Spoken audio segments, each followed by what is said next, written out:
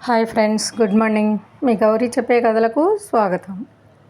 రాముడు వనవాసం వెళ్ళడానికి ముందుగా తల్లి కౌసల్య దగ్గరకు వెళ్ళినప్పుడు ఎన్నో విధాల బతిమలాడింది, బాధపడింది, తనని తను నిందించుకుంది. ఎన్నో విధాలు చేసినా కూడా రాముడు ఆమెను సముదాయించి తన ధర్మాన్నేంటో తెలియచేశాక కౌసల్యాదేవి అనుమతిని ఇస్తుంది కదా.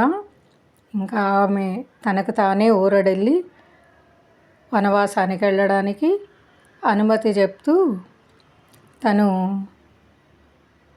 తన దుఃఖాన్ని విడిచి ఏడవడం వల్ల కలిగిన అసుత్వాన్ని పోగొట్టడానికి ఆచమనం చేసి రాముడికి మంగళాశీర్వచనం చేస్తుందన్నమాట.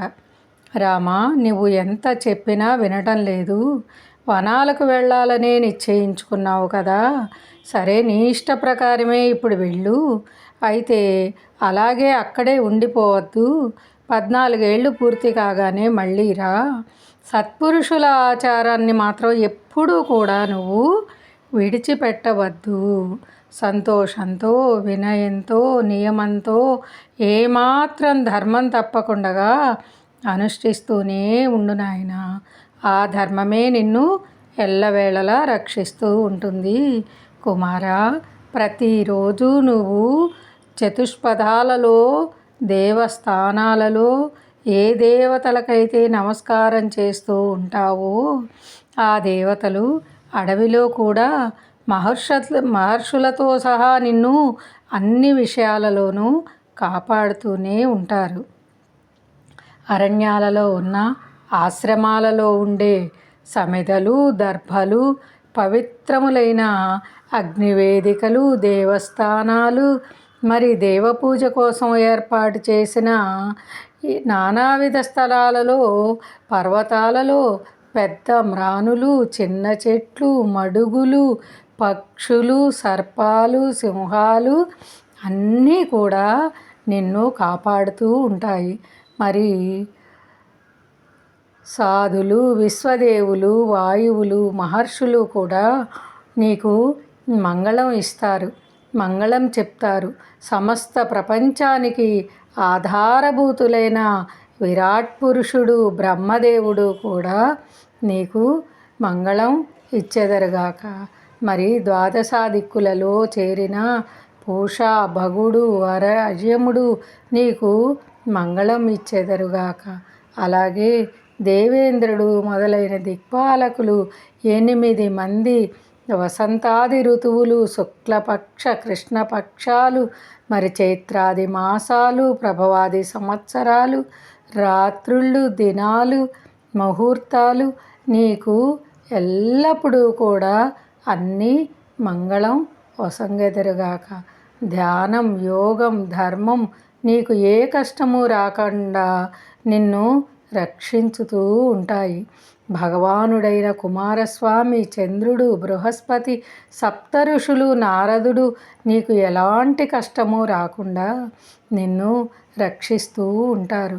కుమార, దిక్కులు, దిక్పాలకులు నేను చేసే స్తోత్రాల వల్ల ప్రసన్నులై అడవిలో ఉన్న నిన్ను ఎల్లప్పుడూ కాపాడుతూ ఉంటాయి నాయన.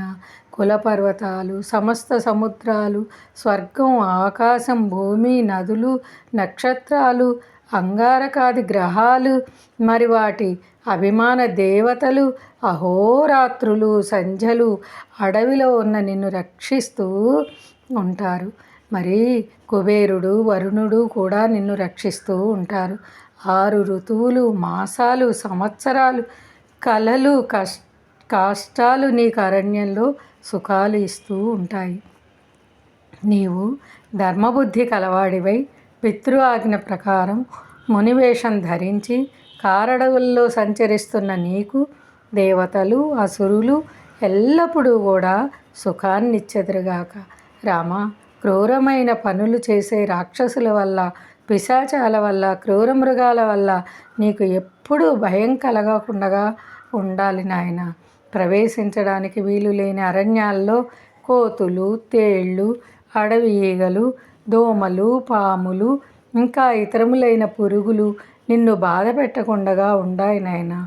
మనుష్య మాంసం తింటూ భయంకరంగా ఉండే ఇతర క్రూర జంతువులు మేము ఇక్కడ చేసే పూజల వల్ల సంతోషించి నిన్ను అడవిలో ఎంత మాత్రం బాధ పెట్టకుండా ఉండుగాక అని ఆ కౌసల్యాదేవి, చూడండి నిజంగా బిడ్డ ఎంత గొప్పవాడైనా, సూర్యుడైనా, శౌర్యుడైనా ఆ తల్లి ఆ బిడ్డని చిన్న పసిబిడ్డగానే చూస్తూ ఎంతమంది నిన్ను కాపాడతారు అని ప్రపంచంలో ఉన్న వాటిని అన్నిటినీ కూడా ఆ తల్లి తలుచుకొని ఆ రాముణ్ణి నిన్ను సుఖంగానే ఉంచుతారు నాయన అని చెప్తోంది.